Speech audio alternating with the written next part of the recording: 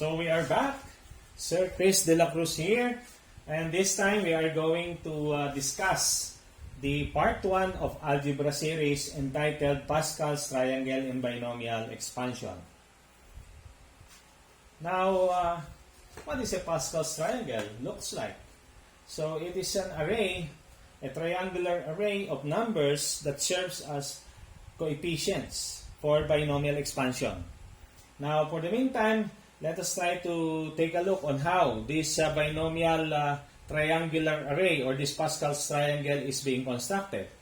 So we just write 1 at the top, then on the second row, we write 1 here, and then 1 over there, and then on the third row, 1 again here, and then 1 there, and then how to determine the number in the middle? 1 plus 1 is equal to 2. Same with the rest of the rows until this level. So if we are going to take a look at it, it's 1 here, then 1 plus 2 is equal to 3, 2 plus 1 is equal to 3 also. In here, another 1 here, then 1 plus 3 is equal to 4, 3 plus 3 is equal to 6, and 3 plus 1 is equal to 4.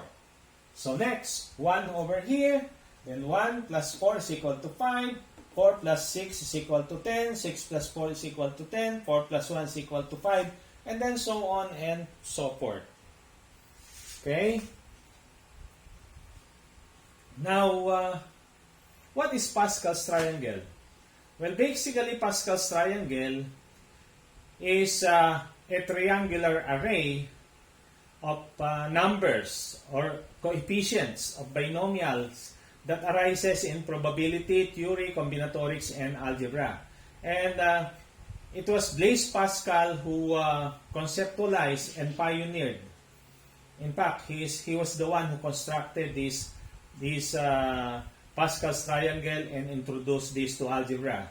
He is a French mathematician, scientist, inventor, etc., who is really a very notable person in the field of mathematics and science. So generally, we can use Pascal's triangle to find the coefficients of binomial expansion in algebra. So this is how it looks like. How do we apply the table of coefficients? So for any binomial x plus y raised to the power of 0, that is being represented by 1. Okay? Then, yung susunod na 1 and 1 is actually represented by x plus y raised to the power of 1. And then, this is applicable, or this will serve as the coefficients of binomial raised to the power of 2. This one will serve as the coefficient or table of coefficients for a binomial raised to the power of 3. And this one is the table of coefficients for a binomial raised to the power of 4. Then this is for a binomial raised to the power of 5. And this one is for a binomial raised to the power of 6. So later on, you'll be able to understand it better when we go to example problems. Okay? So this is it. So I think this time it will be more understandable because we are going to put or to write these coefficients to the product of a particular binomial raised to a particular power or exponents. So that one on the top represents the value of this particular binomial. Because we know, or we knew, that from the law of exponent, any quantity or any number raised to the 0 is equal to 1. Okay? Now, the next level, 1 and 1, represents the coefficient of another binomial raised to the power of 1. And again, from the law of exponent, any quantity raised to the power of 1 is the same as that number. That's why x plus y raised to the power of 1 is equals to 1x plus 1y. So the red number here, which are the coefficients of x and y, came from this 1 and 1. Next, how about for a binomial raised to the power of 2? So the coefficients that we are going to find when we expand this binomial, we can get it from here. It will be 1, 2, and 1. That is why x plus y raised to the power of 2, the product of this is x squared plus 2xy plus y squared. So the coefficients 1, 2, and 1 came from here. And another thing that you will you can observe here is that the number of terms that we can find on the product of this binomial, when we expand this, the number of terms is equivalent to its exponent plus 1. Like here, the exponent of this binomial is 1 plus 1.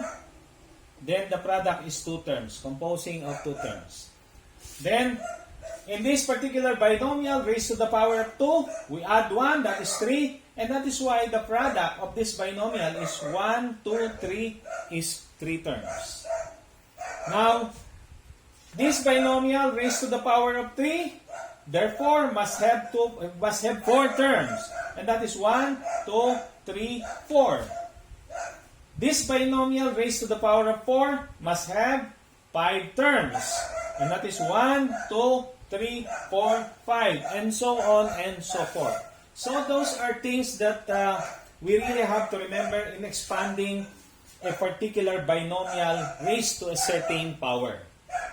Okay, now, and the red coefficients that you can see in all the terms from here up to here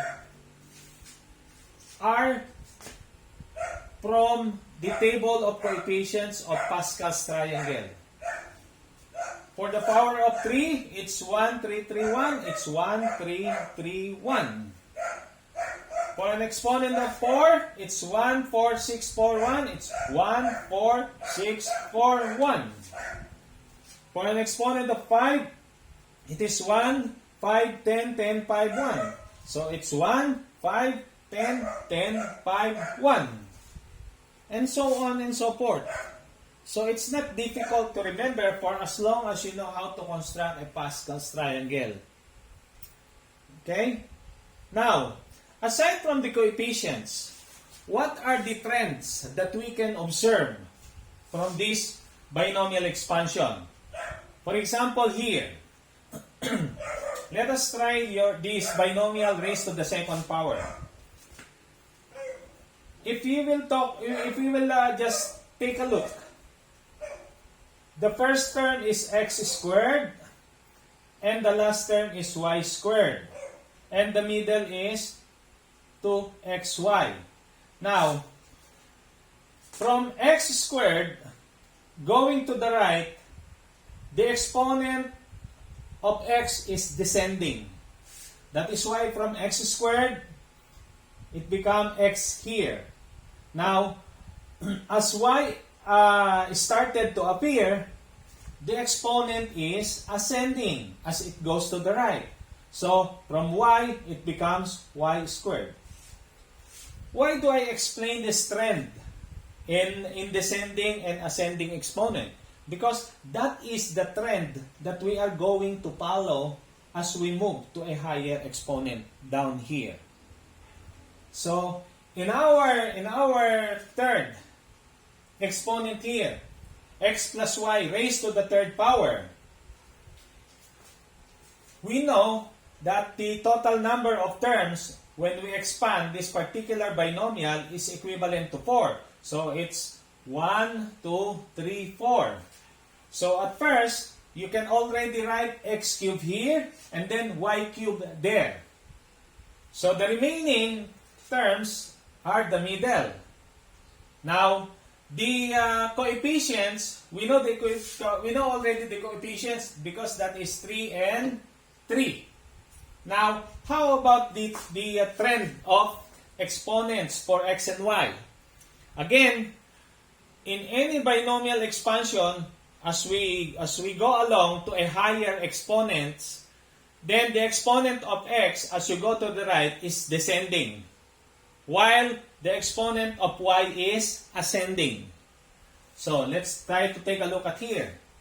It's x cubed, it becomes x squared, and it becomes x there. So from 3 to 1 ang exponent ng x. Now, once na nag-start pumasok ang y, again, the trend naman is ascending. That is why here the exponent is 1. Then it becomes squared, and then it becomes cubed there at the end. Okay? So, it is very important therefore that you know the trend, no? I do not know if the proper term is memorizing, but well, you really have to memorize, but your memorizing must be founded from your understanding of the concept and principles. It's not enough to just memorize. We have to understand first. Okay? So let us go to the next binomial with the power of 4. So again, since the power of 4, how many terms do we have? 1, 2, 3, 4, 5. And automatically, let us write here x to the 4th because the exponent of our binomial here is 4. And then write y to the 4th at the 5th term because our exponent here of the binomial is 4. And then, what is next? The coefficient for the second term is 4. The coefficient for the third term is 6. And the coefficient for the fourth term is 4. And the coefficient for the last term or the 5th term is 1. Well, actually, in actual problem solving of this, you don't need or we don't need to write 1.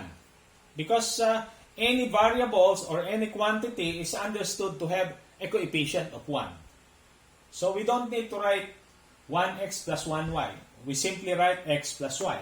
We don't need to write 1x squared plus 2xy plus 1y squared. We simply have to write x squared plus 2xy plus y squared. And so, with the rest of the x's here and the y's, don't need to write 1. Okay? So again, let's go back to the exponent x to the x plus y to the 4th exponent. So again, this 4, 6, 4, 1 came from this table. And again, like what I have told you, the x's should have a descending order of exponent, and then y must be ascending. So therefore here, x to the 4th, so the next should be x cubed, and the next should be x squared, and the last should be x only, understood to have an exponent of 1. And then y is started on the second term, so therefore, on the third term, it should be y squared, and on the fourth term, it should be y cubed, and so, the last term over there is y to the 4th. And so that is the principle or concept in applying this table of coefficients of Pascal's triangle to a binomial expansion. So even you construct the expansion of x plus y to the 5th, x plus y to the 6th, and so on and so forth. It's just that as the exponent become higher, it's quite tedious doing the expansion because as the exponents becomes higher, the number of terms also increases, and of course, the coefficients becomes bigger, and the exponents also are quite complicated to put or to write. But for as long as you know how to construct the triangle and you know how to apply this table of coefficients in the product of a particular binomial, then the rest would be an easy easy job. Okay, so let us try to have some example, actual example. So example number 1 is 2x plus 3y raised to the 0 power. So according to the law of exponent, any number or quantity raised to 0 is equal to 1.